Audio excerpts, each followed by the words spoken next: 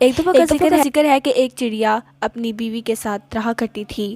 ایک دن جب ان کی گندم کی فصل اگ گئی تو اس نے اپنی بیوی سے کہا کہ یہ ہم بیچ دیتے ہیں اور جو پیسے آئیں گے اس سے جو ہم نے کوے سے ادھار لیے تھے کھاد لینے کے لیے وہ ہم اسے دے دیں گے اس کے پیسے۔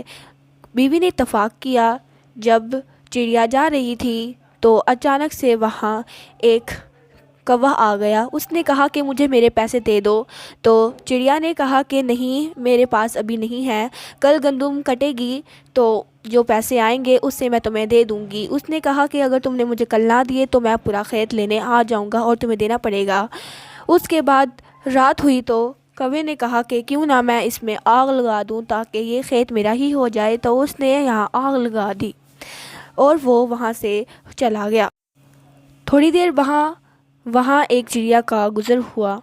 اس نے دیکھا کہ کوے کا کھیت جل رہا ہے۔ وہ بہت پریشان ہو گئی اور وہ فوراً کوے کے پاس گئی۔ اس سے کہا کہ کوے میاں، تمہارا کھیت جل رہا ہے، تم جا کر اس کو دیکھ کر آؤ۔ کوہ بہت ہی زیادہ پریشان ہو گیا۔ اس نے کہا کہ میں نے تو یہ کھیت چڑیا کا جلایا تھا، یہ میرا کہاں سے جل گیا؟ وہ صرف اپنا سر پکڑتا رہ گیا۔ اسے بہت